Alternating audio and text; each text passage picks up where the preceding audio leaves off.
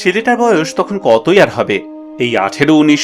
3 দিন পায়ে হেঁটে লিঙ্কনশায়ার থেকে 60 মাইল দূরে কেমব্রিজ এলো সে। ট্রিনিটি কলেজের বড় দরজার গথিক আর্চের নিচ দিয়ে ভিতরে ঢুকে একটা এন্ট্রান্স পরীক্ষা দিতেই 5ই জুন 1661 কলেজের রেজিস্টার খাতায় নাম উঠল আইজ্যাক নিউটনের। বছর 4 পরে এই কলেজে পড়াকালীনই ইংল্যান্ডে ভীষণ প্লেগ এসে উপস্থিত হলো। প্রতি সপ্তাহে প্রায় 1300 লন্ডনবাসী মারা যাচ্ছে। সেই ভয়ে ছাত্ররা যে যার বাড়ি চলে গেল। আইজ্যাক নিউটনও তার বাড়ি ওলসথর্প ম্যানরে ফিরে এলেন। আর এখানেই ঘটল সেই বিখ্যাত ঘটনাটি।